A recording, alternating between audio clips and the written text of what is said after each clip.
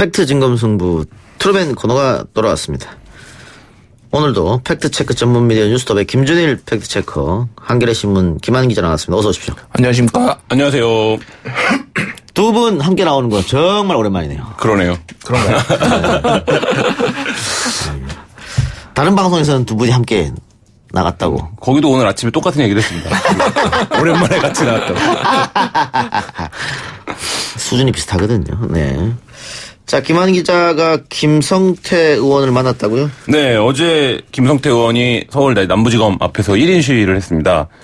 저희가 12월 20일자로 김성태 의원 딸이 KT 특혜 채용 됐다라는 의혹을 보도를 했는데. 처음으로 보도했죠. 네. 한 7개월여 만에 기소가 됐고, 이제 김성태 의원은 그 기소가 억울하다, 이런 입장을 갖고, 현직 의원이 자기를 기소했다고 검찰청 앞에서 검찰 앞에서 1인 시위를 하는 건 굉장히 이례적이었는데, 제가 어제 그 자리에 가서 김성태 의원을 만났습니다. 그동안 김성태 의원은 한겨레 취재에 응하지 않겠다라는 입장을 전해와서, 저희가 김성태 의원의 입장을 받을 때는 이제 공식적으로 보좌관 통해서 전달을 해서, 받을 수밖에 없었는데, 어제 처음으로 오프라인에서 마주쳤습니다. 예. 누군지 알던가요? 이름 말하니까 알더라고요. 네. 거의 눈에서 레이저가 나오더라고요. 김성태 의원이 한 몇 분 동안 이렇게 째려보던데요. 제가 궁금한 게 많았는데 그중에서 이제 추려갖고 한 5가지 정도 질문을 해봐야겠다라고 생각을 했는데 첫 번째 질문을 하니까 바로 정치적으로 편향된 기자에게는 답변하지 않겠다. 아, 정치적으로 편향된 기자. 네, 이렇게 얘기를 했고 또 두 번째 질문을 하니까 부역자다. 이렇게 또 얘기를 하시고 또 다음 질문을 하니까 1인 시위를 지금 방해하러 왔냐. 그래서 아니 제가 무슨 방해를 했냐. 다른 기자들 다 질문하는데 왜 저는 질문 못하게 하냐. 이렇게 말씀을 드렸더니 이건 안 된다. 이제 안 받겠다 질문. 이렇게 해서 결국 원하는 답은 하나도 듣지 못했습니다. 예. 정치적으로 편향성을 가진 기자. 어떻게 생각하세요? 정치적인 편향성이 뭔지 김성태 의원에게 또 묻고 싶은데요. 근데 국회의원은 어제 대표적인 공인이라고 할 수 있고 자신에게 기소가 된 사건에 대해서 사실관계를 묻는 기자를 향해서 정치적으로 편향됐다 이렇게 얘기하는 태도 자체가 편향됐다. 어떻게 그렇게 국회의원이 국민들의 알 권리를 위해서 당연히 자신에 대한 의혹을 말해야 될 책임과 의무가 있는 직업인데 그렇게 얘기할 수 있는지 좀 굉장히 좀 현장에 답답했습니다. 예. 그런데 김성태 의원이 고인이 된 정두원 전 의원을 거론하면서 자신을 기소한 남부지검 지검장이 정두원 의원이 피를 토하며 억울한 심정을 드러냈던 저축은행 사건의 수사단장이었다라는 말도 했다고 하는데 이게 잘못된 정보라고요? 네, 그래서 검찰 일각에서는 현직 국회의원이 검찰청 앞에 와서 1인 시위하면서 가짜뉴스 말하냐 이런 평가까지 나왔는데요. 예. 그러니까 권익한 남부지검장이죠. 지금 김성태 의원을 기소한 데가. 그러니까 권익한 지검장이 이제 정두원 의원이 연루됐던 솔로몬 저축은행 사건 당시에 수사 책임자가 아니었습니다. 근데 어제 김성태 의원은 피켓까지 따로 준비해서 예. 정두원 전 의원을 죽음으로 내몰았던 권익한 지검장이 자신도 정치 수사를 하고 있다. 청와대 하명 수사를 하고 있다. 이렇게 주장을 했는데 사실 시기가 맞지가 않아요. 시기가 맞지가 않고 권 지검장은 2012년 1월 18일 이제 청와대에 갔다가 서울고검 검사로 발령을 받으면서 합수단을 떠났는데 그 후에 임명된 이제 검사가 해산될 때까지 합동수사단을 공식적으로 이끌었습니다. 예. 그런데 시기적으로 맞지 않는다. 예, 그런 이야기고요. 알겠습니다. 자, 오늘 팩트체크 주제로 넘어가 봅시다. 일본의 일방적인 수출 규제 문제를 다루게 될 세계무역기구 WTO 일반이사회 당초 어제 열릴 예정이었습니다만 하루 연기돼서 오늘 지금 아마 한참 진행 중이지 않을까. 오늘 5시부터 시작한다고 했으니까 지금 한창 진행될 겁니다. 그런데 시작도 하기 전에 일부에서는 WTO 제소의 효용성에 의문을 제기했습니다. 조선일보 7월 17일자 팩트체크 기사인데요. 정부 일본의 수출 규제 WTO 제소하겠다는데 한마디로 WTO 무용론이다 이런 얘기인데 조선일보가 팩트체크한 걸 우리가 다시 한번 팩트체크합시다. 예. 저희가 원래 팩트체크 기사를 팩트체크하는 건 전문입니다. 그래서 일단 조선일보의 주장은 일반 이사회에서는 각 국이 입장을 밝히기가 어렵다. 그래서 실효가 없다라는 주장을 했는데 조선일보에서? 네, 조선일보에서 이건 사실이 아니에요. 일단은 일반 이사회는 입장을 밝히는 자리가 아닙니다. 이거는 절차를 설명을 좀 드리면은 일반 이사회에서는 양국의 특정 사안이 제소가 됐을 때 양국의 얘기를 들어요, 다. 들은 다음에 양국을 강제로 협의를 시킵니다.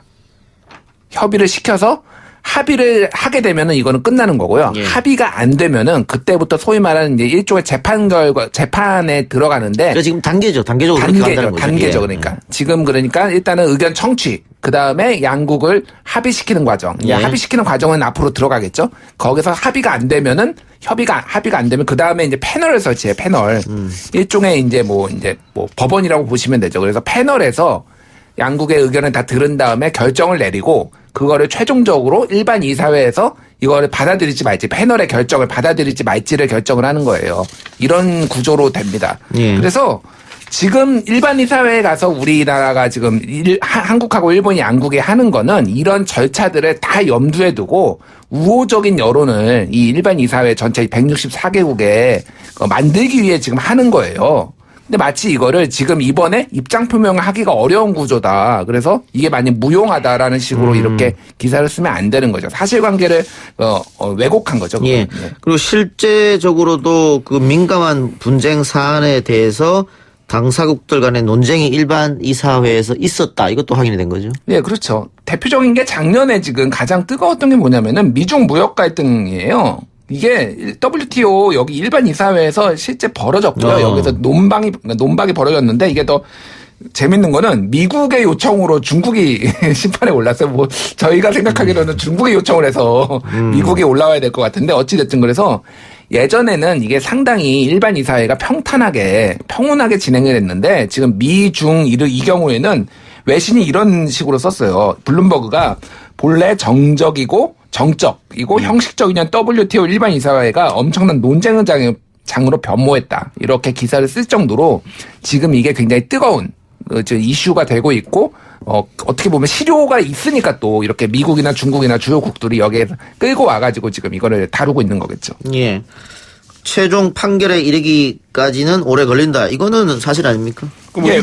네. 말씀하세요. 네. 이 부분과 관련해서 시간이 오래 걸린다. 이 자체는 사실 뭐 맞는 얘기죠. 예. 근데 지금 이제 이 조선일보 기사가 전체적으로 어떤 톤에 서 있냐면 정부가 대책이 없어야 되는데 예. 일본과의 무역 갈등이나 경제 보복에 정부가 우리는 그거에 대책이 없다. 이래야 되는데 어떤 대책을 들고 나오니까 이걸 비판을 위한 비판으로 이걸 비판하고 있는데 그래서 이제 이거는 시간이 오래 걸리기 때문에 사실상 실효적 대책이 될 수 없다. 조선일보 이렇게 얘기를 하고 있어요. 예. 근데 시간이 오래 걸리는 것 자체는 맞죠. 뭐 절차를 살펴보면 최대 60일간 양자 협의를 해야 합니다. 그리고 2심에 걸친 소송에 돌입하는데 1심의 경우에는 권고안을 내는 데까지 한 12개월 정도 걸리고요. 만약에 항소를 한쪽이 해서 상소를 해서 2심에 가게 되면은 90일 이내에 판결이 내려지도록 한다. 이렇게 되어 있지만 실제로는 몇 년씩 걸리기도 해요. 몇 년이 걸리기도 한다. 네. 예. 그러니까 대표적으로 후쿠시마산 수산물 분쟁 같은 경우 최종 판결까지 4년이 걸린 거니까 시간이 오래 걸리긴 하는데 근데 이제 이런 시간적인 문제가 이 WTO에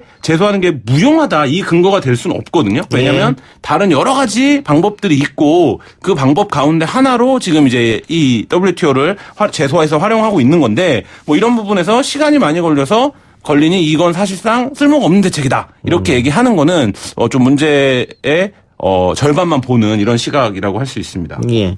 어쨌든 일반 회의 뒤에는 협의 시간을 거치네요. 네. 그러면은 뭐 오늘 하고 또 협의 기간은 한 2달 정도 됩니까? 네, 2달 정도 됩니다. 거기서 혹시 좋은 근데 이거는 뭐 강제로 두 양 당사자를 만나게 하는 거지 조정을 하는 게 아니니까 두 당사자가 뭐 협의할 마음이 없으면은 이제 가야 되는 패널 설치해서 예. 1심 가는 거고요. 뭐 지금 분위기 봐서는 뭐 양자가 합의할 가능성은 낮다고 보여집니다. 일단 그 외신 보도를 보면은 우리 쪽에 손을 많이 들어주는 것 같은 인상입니다. 예. 그 이유가 있어요. 예. 왜냐하면은 일본이 지금 한국의 일종의 화이트리스트 최혜국 대우를 이제 안 하겠다고 한 거잖아요. 예. 그러면서 얘기를 했던 게 북한에 전략물자를 넘기고 있다라고 주장을 했잖아요. 예. 그러니까 주장을 했으면은 그 주장을 입증할 책임이 있어요. 예. 근데 그거를 입증하기가 굉장히 어려운 거죠. 그러니까 지금 상황이. 그러니까 한국이 입증을 해야 되는 게 아니라 일본이 주장을 했기 때문에 전략물자가 뭐 이를테면 어떻게 넘어가서 이게 뭐 무기로 악용됐는지 뭐 이런 것들을 일본이 뭐 근거를 제시해야 되는데 그래서 일본 내에서도 이거 좀 어렵지 않냐라는 이제 그 시각들이 지금 나오고 있습니다. 알겠습니다. 다음 주제 이야기해보죠. 도쿄올림픽이 내년 7월 24일 날 개막하는데 일단 1년 앞으로 다가왔어요. 그런데 방사능 공포는 여전한 것 같습니다. 도쿄에서 방사능 흙이 검출됐다고요? 네, 뭐 도쿄 도내 곳곳을 돌아다니면서 방사능 오염 수치를 한 일본의 블로거가 이제 자료를 공개했는데요. 이러면서 이제 도쿄에서 올림픽을 과연 안전하게 할 수 있는 거냐 이거에 대한 좀 비판, 회의론 같은 것들이 제기가 되고 있습니다. 그 진실을 위해 핫스팟을 조사하는 사람들이라는 이름의 이제 단체가 지난 2월 17일부터 5월 19일까지 도쿄의 이제 미즈모토 공원 내에 있는 일부 지역 토양 샘플을 검사를 했는데요. 방사능이 15곳 중에 4곳이 방사성 관리구역 기준인 4만 베크렐, 그러니까 제곱미터당 4만 베크렐 이상의 수치로 나왔고 한 곳은 뭐 7만 7천 베크렐까지 나왔다라고 해요. 이 미즈모토 공원이 도쿄에서 굉장히 관광지로 유명한 곳인데, 그러니까 뭐 도쿄 관광 공식 사이트에도 올라와 있고 올림픽이 치러진다면 굉장히 많은 관광객들이 찾을 곳인데, 뭐 이런 곳에서 지금 그 방사성 관리구역 기준치 이상의 방사능이 나오는데 여기서 이제 도쿄 올림픽을 치를 수 있냐? 청와대 국민청원 게시판에도 선수 보호 차원에서 도쿄 올림픽 출전을 중단해야 하는 것이 아니냐? 뭐 이런 청원이 지금 올라와 있는 상태입니다. 예. 우리 환경 단체들은 방사능 식자재 사용 우려가 있다면서 도쿄 올림픽 철회를 주장했는데 이건 가능한 이야기입니까? 예, 뭐 불가능하진 않습니다. 일단. 예. 그러니까 IOC 헌장에 보면은 개최 도시가 의무를 안 지키면은 IOC는 언제라도 올림픽 개최의 권한을 철회할 수 있다. 뭐 이런 뭐 조항이 있고요. 그래서 이제 뭐 안전하게 선수들이 한마디로, 그리고 뭐 관객들이 안전하게 선수들이 경기하고 볼 수 있는 그런 환경을 조성해야 되는 의무가 있습니다. 규정상은 가능하지만 문제는 이 정도 가지고 IOC가 뭔가 전격 철회를 하기에는 이게 사실은 어제 오늘의 일이 아니잖아요. 예. 사실은 뭐 알고서 이미 예정된 상황에서 이제 일본에 개최권을 준 것인데, 그래서 뭐 중간에 아무 조치를 안 하다가 지금 갑자기 그렇게 할 이유는 없어 보입니다. 그래서 뭐 가능은 하지만은 실천에 옮기지는 않을 것이다라고 보는 게 맞을 것 같습니다. IOC가. 그 도쿄올림픽 철회는 어렵다. 그러면 우리 정부에서 선수단을 파견하지 않는다. 네. 이거는 정부가 결정하면 되는 거 아닙니까? 그거는 정부가 결정할 수 있는데 그 결정의 부담은 상당하겠죠. 그러니까 예를 들면 뭐 그러니까 저희가 기억하는 건 88 서울 올림픽 할 때 이제 이 소련을 중심으로 한 이 나라들이 일제에 참여하지 않았던 적이 한 번 있었잖아요. 예. 그 전 이제 84년도에 그러니까 정확하게 모스크바 올림픽 80년 때 서방 국가가 안 오고 84년에 LA 올림픽 때 그러니까 저기 그렇죠. 안 갔죠. 안 오고 뭐 이런 상황이었죠. 제가 옛날 사람이 아니었고 연도를 정확하게 못 말했는데 어쨌든 그런 방식으로 집단적으로 보이콧을 하는 경우는 있는데 한 개별 국가가 우리는 일본이 방사능 때문에 안전하지 않다고 생각해서 선수단을 못 보내겠다라고 만약에 한국이 선언한다면 그건 뭐 일본과의 관계를 더 이상은 지속 불가능한 수준으로 몰아가는 결정이 될 거기 때문에 사실 뭐 정부 입장에서도 결정하기가 쉽지는 않습니다. 저건 어떻습니까? 그러면 다른 경기는 다 하고 야구만. 네.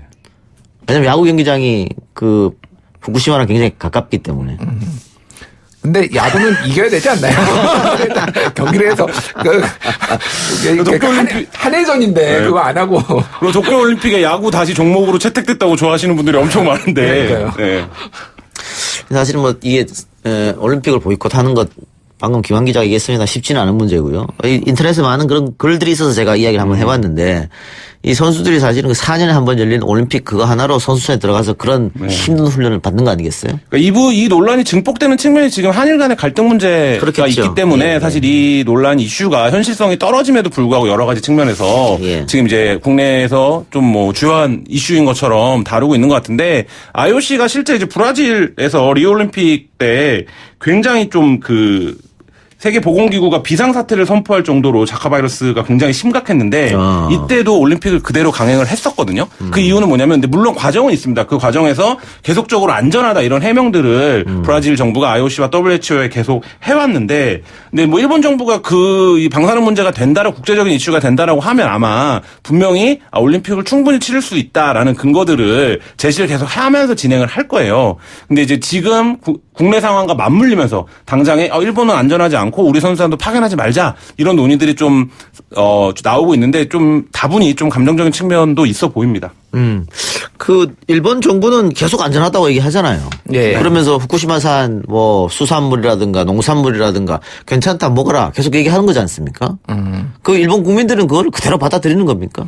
일본 내에서도 그거에 대해서 약간 의문을 제기하는 사람들이 있고 여기에서도 보면은 뭐 방사능 검사하는 예, 사람들이라든지 이런 것들이 예. 일본 정부에 대한 이제 좀 불신이 있는 거죠. 근데 약간 뭐 전체적으로는 좀 믿는 분위기도 있고 안 믿는 분위기도 있는데 뭐라고 해야 되나 약간의 체념의 분위기도 솔직히 있는 것 같아요. 그러니까 이건 뭐 어떻게 할 방법이 없잖아요. 사실은 지금 뭐 다른 나라로 이민을 갈 수 있는 것도 아니고 일본 내에서 어쨌든 방사능이 지금 어느 정도 후쿠시마에 퍼진 상황에서 약간의 체념 정서가 있는 그런 상황으로 보여지고요. 제가 예전에 작년에 이제 도쿄에서 활동하는 일본 시민단체 활동가랑 만나서 얘기를 나눈 적이 있었는데 그때 그 얘기를 하더라고요. 지금 이제 김준일 대표가 얘기한 거랑 비슷한 얘기인데 그 얘기를 사실 하지 않는다는 거예요, 일부러. 일부러? 네, 그러니까 왜냐하면 정부의 발표를 완전히 믿지 못하고 정부의 발표가 좀 무리하다라는 것들도 자기들도 알지만, 그러니까 지금 말씀하신 것처럼 그걸 말해 본들 일상적으로 공포를 가져 본들 그 공포감만 확산되고 우리는 여기서 계속 살아야 되니까, 그러니까 사실 일상적인 대화 주제에서 그 방사능 문제, 뭐 후쿠시마 문제를 잘 얘기하지 않는다, 뭐 이렇게 얘기를 하시더라고요. 그 고노다로 외무상이 지난번에 우리 후쿠시마 수산물 이제 수입 우리가 이제 제한 조치했을 때 우리 패소했잖아요. WTO 이제 가가지고 예. 그 이후에 무슨 얘기를 했냐면은 한국 관광객이 740만 명이 일본에 온다. 괜찮다. 이런 얘기를 했어요.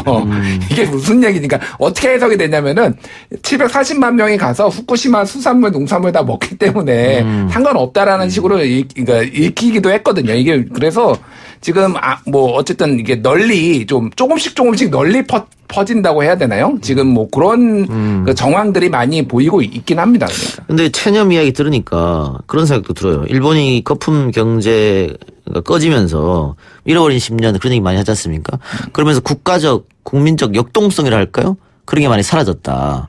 사실 우리는 뭐 다이나믹 코리아라고 부를 정도로 너무 많은 사건 사고가 일어나고 지난달에 무슨 일이 있었는지 모를 정도로 큰 사건들이 막 굵직굵직하게 넘어가고 뭐 촛불 시위가 일어나고 대통령이 탄핵되고 뭐 이런 것들이 하는데 그런 점에서 만일 똑같은 일이 대한민국에서 벌어져도 우리가 쉬쉬하고 넘어갈 것인가 이런 의문점은 좀 들긴 합니다. 예.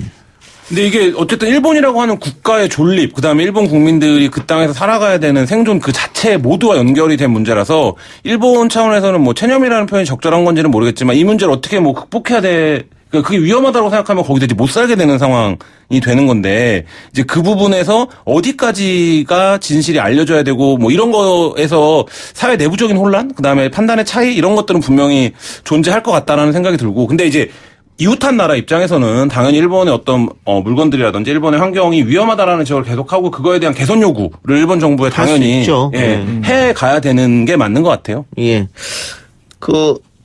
어쨌든 도쿄 올림픽이 취소되기는 어렵다고 이게 얘기를 했는데 지금 IOC 입장은 혹시 있습니까? 여기에 방사능 문제에 대한 뭐 대답이랄까요? 그러니까 일본 코츠 IOC 조정위원장이 뭐 이렇게 말을 한 적은 있어요. 예. 도쿄가 방사능 문제에 대한 질문에 답을 준비하지 않으면 신뢰에 영향을 줄 수 있고 그런 분위기가 조성되면 되돌리기 힘들 수도 있다. 이렇게 얘기를 한 적이 있는데 이건 이제 경고 차원의 발언입니다. 앞서 제가 말씀드렸던 것처럼 브라질에서 이제 자카 바이러스 유행을 할 때 브라질이 계속적으로 이제 그 부분에서 검증과 해명 과정을 밟아왔거든요. 근데 이제 올림픽을 뭐 지금은 이제 그 정도는 아니지만 뭐 인류의 축제라고 부르기도 하는데 그런 행사 규모의 행사를 치르기 위해서는 일본 정부가 당연히 아까 말씀드렸던 것처럼 환경이나 안전에 대한 보장 이런 것들을 국제사회에 계속적으로 검증을 받아야 되는 거는 분명한 사실입니다. 이제 안건으로 IOC 뭐 이제 한국뿐만이 아니라 여러 나라가 만약에 이제 IOC의 이제 총회 안건으로 이게 안전이 보장되는지 점검을 좀 해봐야 된다라고 한다라면은 좀 더 이제 그 IOC 집행위원회에서도 조금 더 강력하게 그러니까 뭐 이걸 그러니까 취소를 하지는 못하더라도 조치를 취하고 이런 안전이 확보된 거를 좀 너희들이 검증하고 증명해라라는 요구가 좀 더 강하게 갈 수는 있겠죠. 예. 내년 여름 휴가는 일본에 가서 올림픽을 보려고 계획을 잡고 있었는데 방사능 문제도 있고 경제 보복 문제도 있고 가지 말아야겠네요. 내년 여름까지 풀려야 되지 않나요? 그때까지 가면 안 돼요. 네, 강제 조정에 들어가 60일 안에 좀 풀렸으면 좋겠습니다. 예. 기분 나쁜 걸로 안 갈랍니다. 알겠습니다. 자, 김준일 대표가 방송에서 꼭 이야기하고 싶은 게 있다고요? 예. 공정한 방송 YTN이 후원하는 행사인데요. 아, 그래요? 정찬영 사장님께서도 상당한 관심을 이걸 가지고 있습니다. 예. 예. 다른 장소에 가서 이 행사를 이제 홍보하신 적도 있어요. 지금. 예. 뭐냐면은 그 팩트 체킹 공모전이에요. 예. 이게 주최는 그러니까 방송기자 연합회. 그래서 뭐 여러 방송 기자들이 그 연합회가 있죠. 기자협회 같은 건데. 예. 그리고 저희 주관은 저희 뉴스톱에서 합니다. 그래서 전 국민을 대상으로 그 중학생 이상의 일반인은 전 국민을 대상으로 하는 거고요. 팩트 체킹을 하는 거예요. 그러니까 뭐 시중에 잘못 떠도는 가짜 뉴스, 뭐 허위 정보, 잘못 알려진 사실을 이제 뭐 그걸 유튜브 같은 동영상으로 만들어도 되고 아니면 기사 형태로 해도 되고 그래서 이게 이제 그 후원은 방송통신위원회, 교육부 그리고 뭐 서울시 교육청 그리고 뭐 KBS, MBC, SBS 그리고 아까 말씀드렸던 YTN 뭐 그리고 구글 이런 데서 이제 후원을 해요. 그래서 이게 특히 이제 학생들한테 좀 도움이 많이 될 것 같아요. 왜냐하면 뭐 방통위원장상이나 교육부 장관상을 타면은 나중에 진학이나 취직에 도움이 될 수가 있기 그렇겠죠. 때문에 예 그래서 많이들 참여를 하셔서 또 이제 뭐 이게 또 사회적으로 의미가 있으니까 예. 가짜뉴스 팩트 체킹하는 게 의미가 있으니까 그래서 직접 전 국민이 한번 팩트 체킹을 해보는 이런 뭐 좋은 기회가 됐으면 좋겠습니다. 대상이 상금이 500만 원이네요. 네, 어우. 500만 원이 대상이고요. 그 밑에가 300만 원, 200만 원, 100만 원 뭐 이런 식으로 해서 예. 상금도 많습니다. 일반인 대상, 중학생 이상이니까 예. 뭐 언론인을 꿈꾸는 학생들도 참여하면 좋겠고요. 그렇죠. 네. 정찬영 사장하고는 친한가 봐요? 아, 제가 뭐 친하진 않고요. 그냥 약간 알고 있습니다. 이동희 뉴스 정면 승부 MC 자리를 달라 그랬다는 얘기가 있습니다. 아, 그런가요? 가짜뉴스 퍼뜨리지 마세요. 알겠습니다. 자, 두 말씀 오늘 여기까지 듣겠습니다. 수고하셨습니다. 네, 감사합니다.